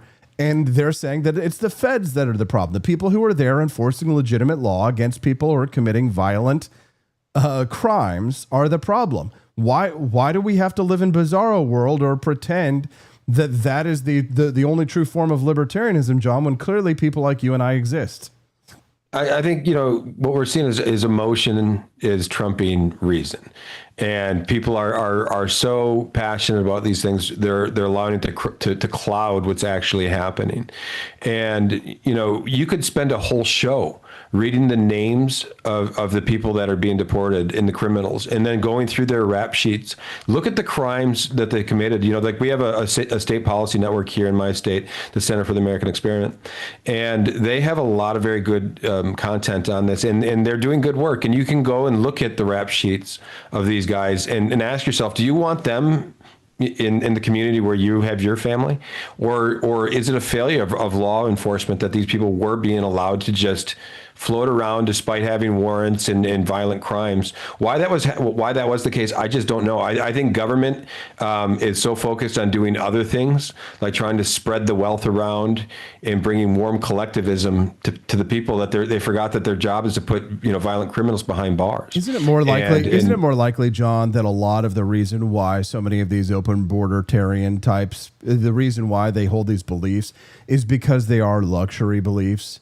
Because they work not for AIER, but they work for some other nonprofit institution where they are insulated from their bad ideas, right? They're going to get infinite donor money to be able to say or do whatever they want, and they never have to face any accountability. That politicians actually have to face the voters, but the libertarian activists can always just sit behind their computers and write articles and white papers and never have to actually confront the reality of the policies of open borders, which have left Minnesota and Minneapolis in many ways in shambles and have resulted in the defrauding to the tunes of billions of dollars. Isn't that more likely the reality, John, is that many of these people don't live in the real world with the rest of us who have to face accountability for the things that we say and the actions that we take? 100%. No, I think when you have people making sweeping decisions like this and they don't have to live with the consequences, they don't have to work with some of those negative consequences, it's very easy to talk about open borders and opening our country to everyone around the world while you're living in a gated community. And you don't have to worry about the people that, the drunk driver who doesn't have a license and kills the little girl. These things are happening, and immigration is no different than any other issue. It comes with trade-offs. Immigration, when done properly, has been a great thing for America for centuries. But it became something else in recent decades. And now we're seeing, I think, politicians are using it for political ends as well. And if you look at the influence, the Somali community does wield in local politics, it is immense. And think back to like that narrow election between Norm Coleman and Al Franken. That was 300 votes separated those two, right? A Senate seat that allowed the Democrats to pass Obamacare. 300 votes decided that Senate seat. We're talking about a population that has about 100,000 people, and so you have a community that can swing elections in one way or the other. And the DFL has really done they've been very effective at getting the door knocking, doing the things they have to at that level to make sure that they're voting the way they want. And, $9 billion in fraud, that's a lot. You see a lot of angry people up here. Well, suddenly you cut people off from $9 billion. And I don't want to single out one community, but we know if you look at the indictments, it was very, very heavily you had some leaders that were using the Somali community to perpetuate these schemes. So I think that is part of the anger. Like they're getting cut off of federal dole. They've been exposed. The fraud is going to be even bigger, I think, than we've seen. But I'll go back to it. Scott Bessent is having a federal audit. This is going to play out. People should, let cooler heads prevail. Let the investigation take place, and people will be even angrier when they see it wasn't just some low-level people that were perpetuating the scams. You had people in high places that knew about these things and were doing nothing about it, or even placating others and saying, don't worry, it's not going to be a problem. We're speaking to John Miltimore this morning on the Wake Up America show, where he is a Minnesotan. He's talking to us a little bit about the ICE incident last week with Renee Good, a leftist protester who attempted to run over an ICE agent and was shot in the streets for it. It's interesting that after George Floyd was killed by a police officer, how there were riots everywhere, but there doesn't seem to be the same appetite to riot for Renee Good. Do you think that there's a bit of a double standard on the left? Do you think that if Renee Good was black, that we would be seeing more protests, John? Yeah, I do. And there's a couple, it might not only be that. I mean, there's also plenty of anger. Floyd, yeah, I think that could play a role. In fact, you might have saw the same video I did. People were upset when they were trying to compare Good to Floyd in some ways, like they thought it was some sort of cultural appropriation. There's things like that happening. It's also January. I spoke to people. January in Minnesota is cold. I think in some ways we lucked out. If it's May or June, I think this is going to go on longer, and I think it's going to be worse. Mm-hmm. But people get cold up here, and that makes a difference as well. I'd like to, at least make one point that I've thought about. Renee Good, had it's a sad way for anyone to meet their end. And she was a mother, and she should have been doing a mother's work. And I think that the modern left, they teach people to feel so angry about external things, about all these things beyond our control, but to have grievance about them, and to take action and make change against these things. The most important job she had was to be a mother. And, mothers should not be out protesting and using vehicles to block traffic and putting themselves in harm's way in this way. And she'd be alive today if she had just exercised more prudence about this and took her job as a mother more seriously. And I'd say anyone on the right or left, if politics is consuming too much of your life, look at fix your own life first, fix your home first, be a better husband, be a better wife, be a better parent. That is the most important work you'll do. The politics, like all of that stuff, it's a road to anger and resentment. Don't let it consume you. Yeah, I completely agree. All right, John, we got a couple more minutes. I wanted to ask you about Trump's proposal to cap credit card interest rates at 10%. Now, this is where we're gonna venture out of the heady realm of populist politics. I'm sure our audience was probably in lockstep agreement with us discussing the subject that we just talked about, and now we're about to lose them all. So there's 114 people watching us live on Rumble right now. I'm going to guess that we'll probably be at around 80 or 90 by the time this next 5 minutes is over. So if you're not afraid of scary discussions, then stick around. If you are, then prepare. It's going to be painful. John, I like my credit card reward points. I finally am at the point in my life where I'm really like optimizing my credit card reward points. You know, I'm using my credit card for my business and I'm using my credit card for personal. And you know what? All of my credit cards have an effective interest rate of 29%. But you know how much interest I pay on my credit cards, John? I bet you don't pay any. 0. I'm so paranoid about paying off my credit card that I pay it every single freaking day just because I want to make sure that I never have to pay a penny in interest. But most people don't know that you can actually pay a 0% interest rate on your credit cards if you pay them off. What do you think about Trump's proposal, and what is it going to mean for elitist, arrogant, snobby, upper middle class white people who like their credit card points?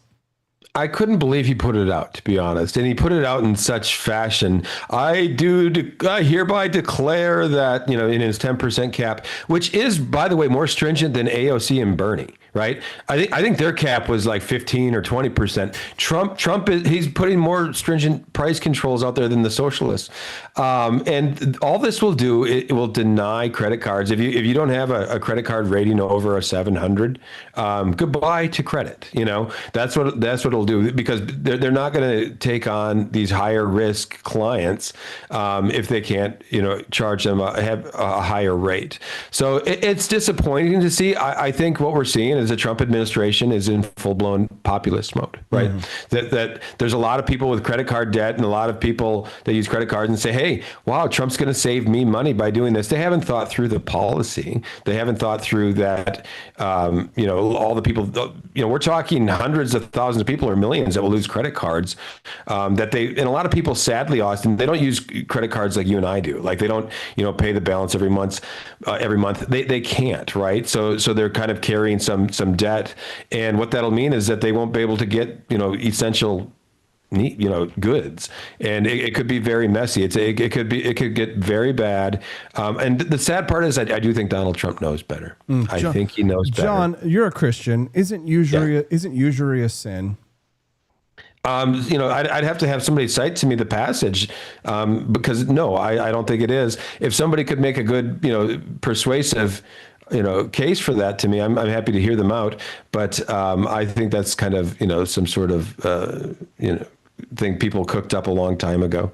Laws in Exodus, Leviticus, and Deuteronomy commanded Israelites to help poor neighbors without profiting from their hardship, viewing loans as acts of mercy, not business ventures. So Exodus 22:25, Leviticus 25:35, and Deuteronomy 23:19, forbidding it to brothers, but sometimes allowing it with foreigners. So you can charge interest to the goyim, but like us, but not to your fellow Jewish brothers and sisters.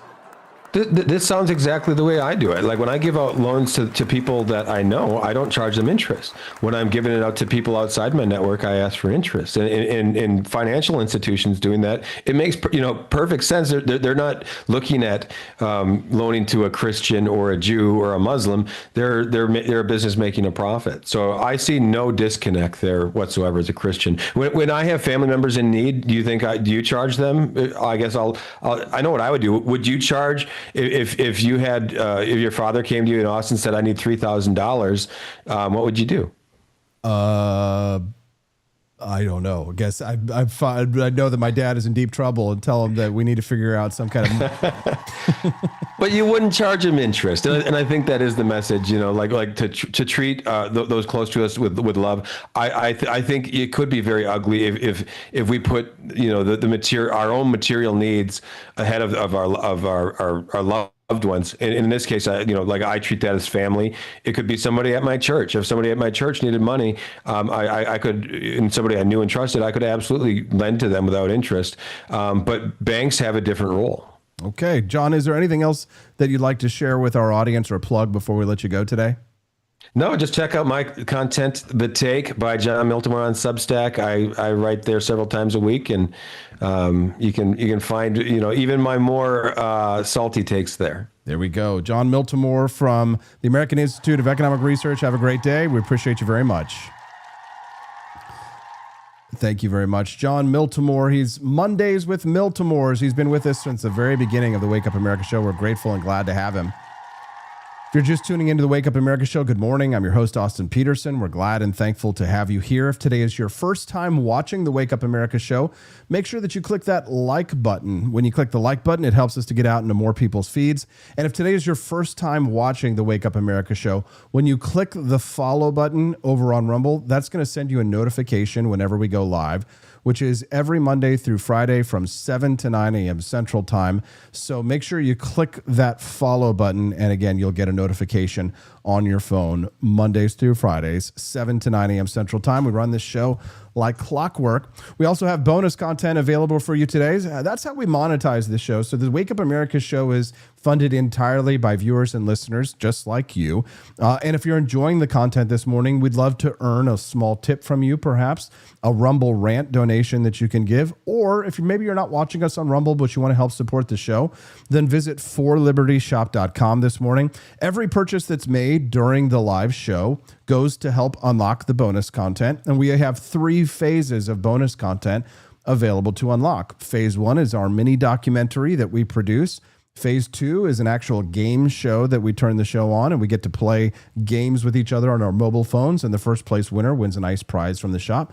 And Phase 3 is a little libertarian show and tell. So head on over to forlibertyshop.com, check out our incredible merchandise and some of our amazing coffees that we have. Our Founding Flavors coffee available at forlibertyshop.com. That's the number 4, libertyshop.com. We don't take Greenland, Russia or China will, and I'm not letting that happen. If we don't take Greenland, Russia or China will take Greenland, and I am not going to let that happen. Is there any deal they can offer you? Either like yeah, sure, I'd love to make a deal with them. It's easier. But one way or the other, we're going to have Greenland. Are you okay if that compromises NATO? If NATO effectively ceases to exist? I've done a great job. I'm the one that saved NATO. I'm the one that got them to pay 5% of GDP. Wait a minute. It was 2%, and they didn't pay. Now they're paying 5%. I'm the one that saved NATO. You wouldn't have NATO if I weren't president. Would you pull the U.S. out of NATO? Would you consider doing that? Well, maybe NATO would be upset if I did it. Maybe NATO would save a lot of money. But I like NATO. I just wonder whether or not if we needed NATO, would they be there for us? Is there anything they can offer? There we go. All right. It's time to talk Greenland.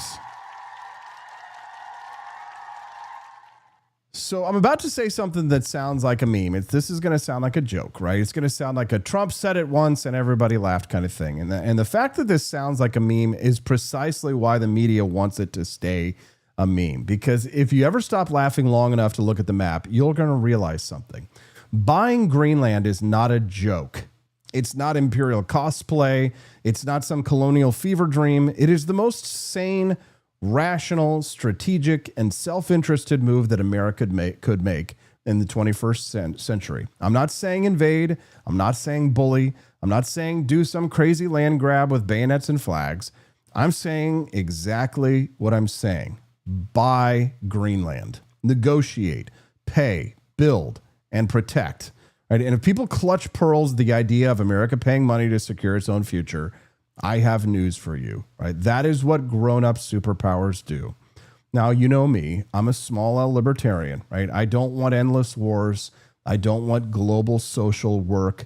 I want limited government, but I also want a country that exists, right? And I want a country that can defend itself. And if you're a libertarian nationalist like me, your first responsibility is not to protect Denmark's feelings. It's not to European aesthetics or pride. It's not to MSNBC's moral panic. Your responsibility is to the American people. Security, prosperity, sovereignty, and Greenland is all three. So today, I'm going to make the case, and I'm going to do it in a way that will make you smarter and make you laugh while you get smarter. So let's begin. So here's the first thing that modern people forget.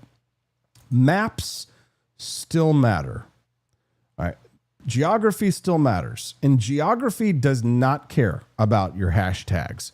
All right. The left thinks that the world is a seminar, a bunch of words, a bunch of identities and vibes, but the world is not a seminar. The world is a chessboard. And Greenland is not just a cute, icy island with polar bears and depressed Danish people eating herring. Greenland is an aircraft carrier made of rock. Greenland is a missile warning platform. Greenland is an Arctic gatekeeper. Greenland is a denial asset. And as the Arctic opens up, Greenland becomes not less important, but more important. Now, let's look at the globe the right way on this, not the flat map that makes everything look far away. If you look at it from above the North Pole, from above the pole, Greenland is basically sitting on America's forehead, like a strategic crown. Let's see if I can find an image here for you. All right, and let's take a look, see if I can find a globular. There we go. Computer's a little slow this morning. There we go. There we go. So Russia is on one side of the Arctic, and North America is on the other. Greenland is the bridge. Right? You want to know why this matters? Because missiles don't fly like airplanes. Missiles take the shortest route over the top, over the pole, right? The Arctic, right? Which means Greenland is not remote. Greenland is front row. And if you want to talk about national defense, you should not start with an ideology. You should start with geometry. And Greenland is pure geometry. Right? So what changed, right? The Arctic is opening. That's what's changed, right? For most of human history, the Arctic was a wall, a frozen wall. It was a natural moat, a buffer zone between Russia and North America, but not anymore, right? Ice melts, routes open, and competition for those trade routes has intensified. And what was once the edge of the world region becomes the center of the next global contest. Shipping lanes, subsea cables for communications, surveillance platforms, undersea warfare. Russia knows this. China knows this, right? America knows this. And Europe is now being forced to admit that it knows it as well. And how do we know this? Right? Because in the last 48 hours, Reuters reported that European officials are scrambling to propose new NATO Arctic missions. You know why? Because Trump's pressure made them nervous. And this is important because when the global elites call something crazy, that means it's probably true. Right? When the elites are suddenly moving resources, proposing missions, holding meetings, all right, it means that the crazy thing that Trump was talking about is actually strategic. Right? And right now, the rhetoric around Greenland is producing movement. Right? Let's talk about what's happening right now. Reuters reported Belgium's defense minister called for NATO to launch an Arctic security operation. They floated the term Arctic Sentry, explicitly tied to the renewed U.S. focus on Greenland. So the translation, Europe is so nervous about Trump talking loud that they're trying to show that they're serious about the Arctic. And Reuters was also reporting this morning, I think I read, that the UK and Germany have been discussing boosting NATO forces in Greenland. In other words, the minute America starts acting like a superpower again, the rest of NATO suddenly remembers it's supposed to take security seriously. Not when Russia invades Ukraine, but when the United States actually does something to improve its own defense. Right now, on Denmark's side, The Guardian reported Denmark's prime minister called this a fateful moment. A fateful moment. Right? She's acting like this is the Cuban Missile Crisis. And in a sense, it is, because Greenland is the missile chessboard, right? CBS reports U.S. and Danish officials are about to meet in Greenland this week. So we're not talking about theory. This is live. It's on the desk. It's happening. And we need to talk like adults about what this means, right? I love this topic because it checks every box. It's funny. It's disruptive. And it's the kind of thing that makes leftists spontaneously develop a migraine and anarcho-capitalist libertarians.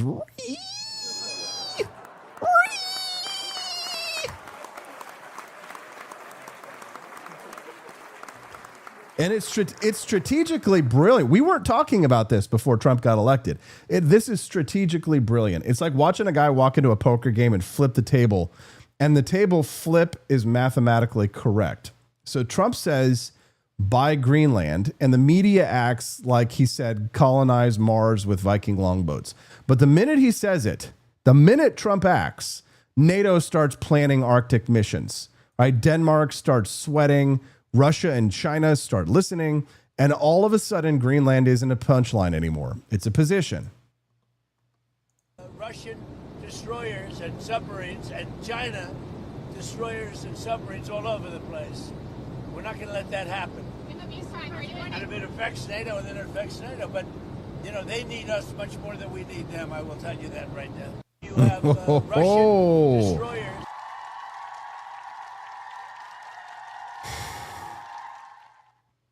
Now that we've talked strategy and we've talked self-defense, let's talk about ideology, okay? Because this is where libertarian nationalists have something very powerful to say.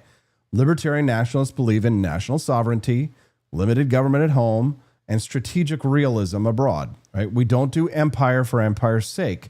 We don't want to be the world's social worker. We don't want endless wars, but we also understand a basic rule. If you don't secure your borders and other strategic terrain, other powers will. And then you will pay for it in blood and treasure later.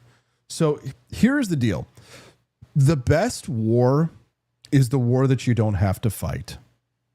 Right? The best way to avoid a war is to deny your enemies a launch pad. Right? That's not aggression. That's deterrence. Right? Greenland is a launch pad denial asset. Right? It's a forward surveillance platform. It's a logistics hub. And it's a potential missile defense backbone. Now, the best part is we don't have to fight Denmark. We don't have to bomb anybody. We can just write a check. Right? And that is the libertarian nationalist dream.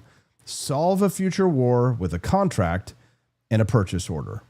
And here's where the critics of this really can't answer, because America already understands Greenland's value. I note you guys in the comments right now discussing we already have a presence. Right? Reuters notes that the U.S. has long had a military presence in Greenland under a 1951 agreement, and that includes what is now Patuxent Space Base, formerly Thule, which is a key node for missile warning and space tracking. So the same people who call it crazy to buy Greenland are completely fine with us treating Greenland as a strategic platform as long as we're pretending we're not doing what we're doing. Right? They're fine with the substance as long as we don't admit the principle. Right? That's liberal governance. Everything is allowed if you use euphemisms, but if you say it out loud, it becomes immoral.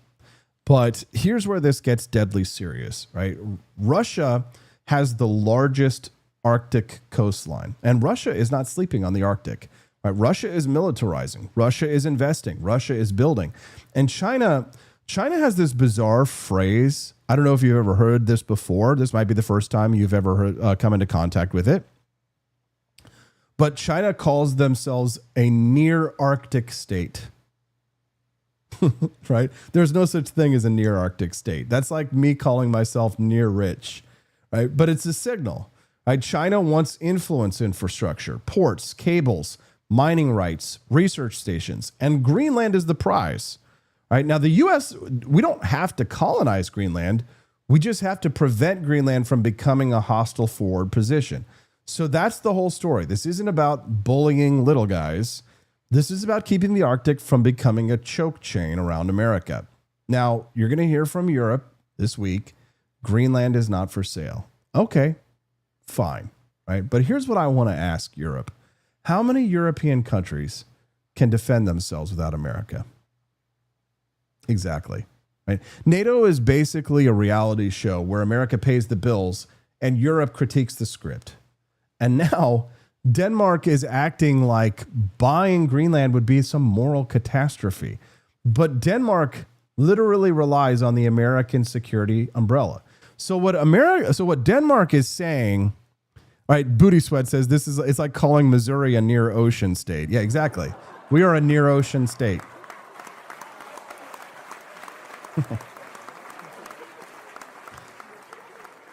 So what Denmark is really saying is that America should defend us, but it shouldn't act like a power.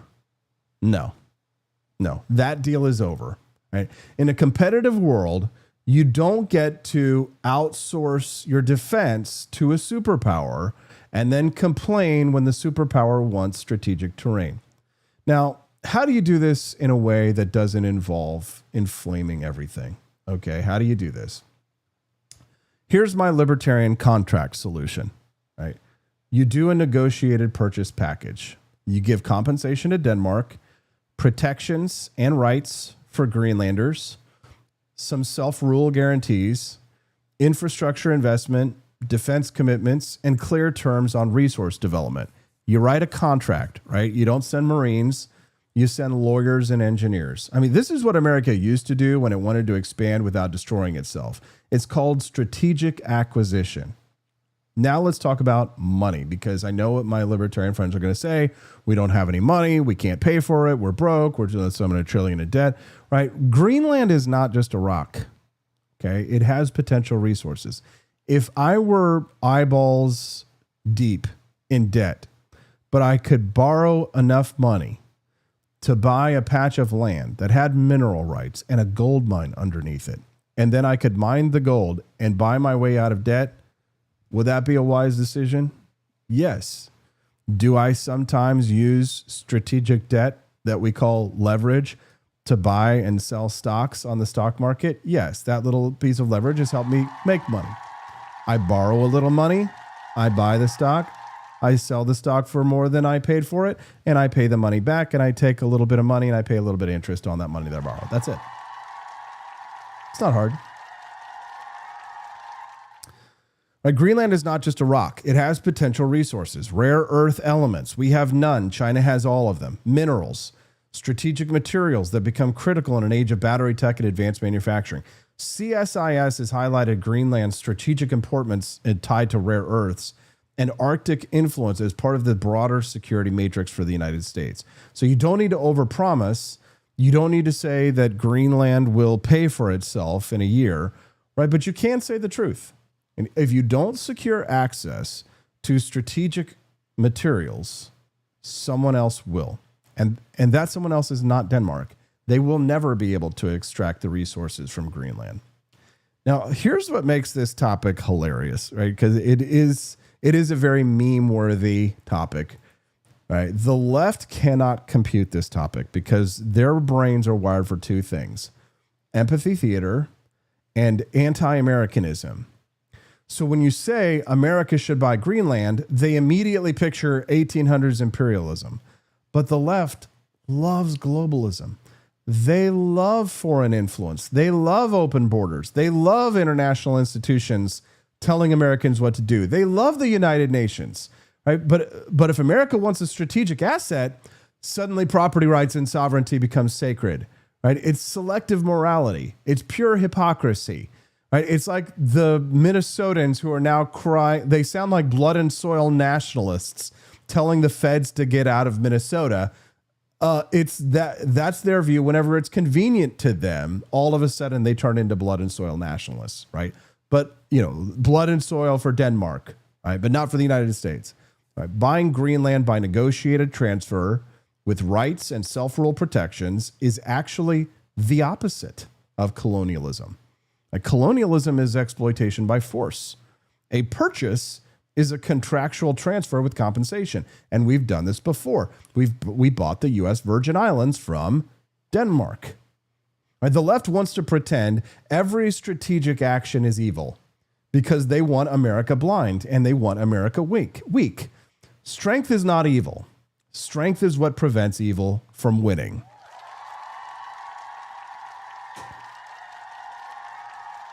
Clip that. This is not Iraq. This is not Afghanistan. This is not nation building. This is securing a strategic location that literally sits on the missile map of the 21st century. This is a real thing. This is not ideology. This is a physical reality. If you care about avoiding war, you should care about acquiring Greenland.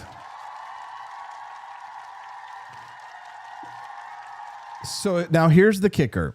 People will say, how much would it cost? Right? And my answer is less than a war, less than losing the Arctic, less than letting China build, less than letting Russia gain the advantage, less than letting NATO drift while America's enemies expand. We're going to pay either way.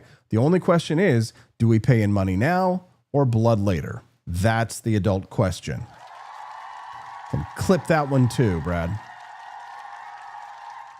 So Reuters reported NATO officials proposing an Arctic mission, Arctic Sentry, to reassure the United States and strengthen the region. That means that Trump already won. The minute he made noise, the entire global establishment moved.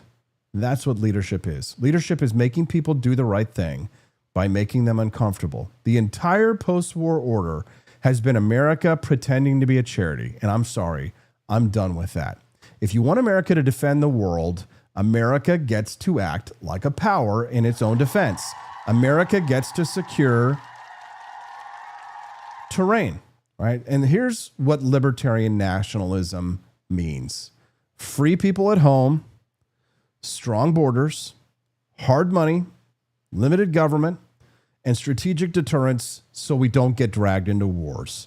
Buying Greenland fits that perfectly, right? It is peaceful, contractual, defensive power politics. All right. So let me end with this. All right. The map doesn't lie. The Arctic is opening. Rivals are moving. NATO is scrambling. Right? Denmark is panicking. Meetings are happening this week, and America has a choice. Be sentimental and weak, or be strategic and secure. You can clutch pearls, or you can secure the pole. Buy Greenland, offer Denmark a fair deal, guarantee rights and self-rule, build the infrastructure, strengthen the base, lock down Arctic deterrence, and let the rest of the world understand something. America isn't the world's charity. America is a sovereign power, and sovereign powers secure strategic terrain. That's not madness. That's survival. Thank you so much for hanging out with us this morning on the Wake Up America show. Thank you so much for tuning in. I'm so grateful to have a nice big audience over on Rumble this morning. If today's your first time watching the Wake Up America show, thank you for being here. And I hope that we can visit tomorrow. I hope you'll join us again. This show is 5 days a week, Mondays through Fridays, 7 to 9 a.m. Central Time on the Wake Up America show. We're planning another Liberty trip this year. We're going to be in Boston, May 1st and 2nd. And we'd love to have you guys come out and join us. If you're interested in joining me, Justin, and Stephanie leading a tour of revolutionary war-loving patriots, then make sure that you visit forlibertyshop.com. That's the number 4, libertyshop.com. Get your tickets today. Tickets are limited, and there is a deadline for those tickets because we've got to secure the tickets for the cruise. One of the big items on our list, we're going to visit the Boston Tea Party Museum, and we're going to take a sunset cruise on Boston Harbor. And the tickets for the cruise and the tickets for the museum are included in the price of admission for the tours. So make sure that you guys visit forlibertyshop.com and get yourself some tickets to the Peterson's Patriots Boston 250th anniversary tour. Mark your calendar now, May 1st and 2nd. Experience revolutionary Boston. Join me and my expert guide, Justin, my brother, for a walk through the cradle of American liberty. We're going to walk the same cobblestone streets where patriots sparked a revolution, stand where history was made, and experience the birth of American freedom like never before. It's the Boston celebration of America's 250th anniversary. Join me, Stephanie, and Justin for a fantastic time, May 1st and 2nd. So make sure that you pencil in your calendar. We've already sold 2 tickets. We have to sell 10 tickets for the trip to happen. Otherwise, everybody just gets their money refunded and we don't do the tour. But if we sell 10 tickets, then the trip is on, and we'll book all the stuff we need to book. And we'll see you in Boston May 1st and 2nd. We've got tons of incredible new products that we're dropping every single day at forlibertyshop.com. Our new FAFO collection, make sure to check that out. FAFO stickers, FAFO shirts, and FAFO mugs available at forlibertyshop.com. Make sure that you visit at the exit through the Griff Shop. T-Mill 22, we'd love to see you in Boston. The Fannings will be there. Hopefully the Easleys will be there, and many of our friends as well. Get those tickets so we can confirm the trip. And then we'll see you guys right back again here tomorrow on the Wake Up America show and the For Liberty Network. Bye, guys.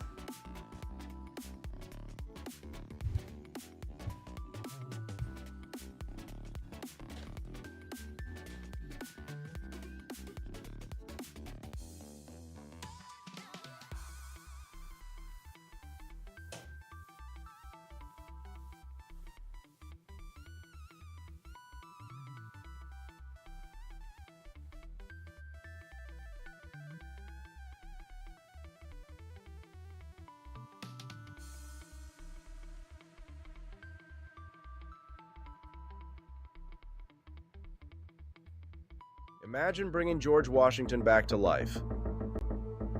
Just to explain that in 2025, men can get pregnant, waving an American flag might offend someone, and our government is $34 trillion in debt. But that's not all, George. We have drag queen story hour for toddlers. Pronouns are mandatory. And Harvard can't define woman. Oh. And we send billions to Ukraine but can't fix potholes in Ohio. You know, just normal modern empire stuff. I'm sure he'd be totally cool with it. Right after he finishes reloading. He didn't cross the Delaware for this nonsense, but you can carry on the fight with gear that would have made King George cry. Shop bold, shop free, shop forlibertyshop.com.